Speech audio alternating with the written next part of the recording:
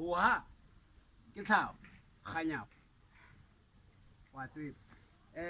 Today, to Walunaka, Mohloenyane, in Lengana, and we are one of the herbs that I grew up with. Actually, was introduced to by my grandmother. This herb, actually, what I do most of the time early in the morning, to clear my nostrils, to open my windpipe, to allow oxygen to my brain.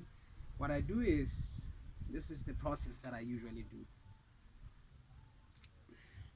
To even avoid flu, lower mucus, this is what I do. You see, you stick it into your nose like this, like 15 minutes to 20 minutes to 25, whichever the time that you can take. This is highly beneficial. I suggest, if you have a problem with sinus, asthma, bronchitis,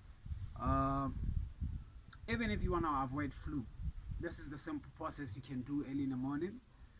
Even if you want to breathe the fresh air nicely, I suggest you start with this, Mohloenyane,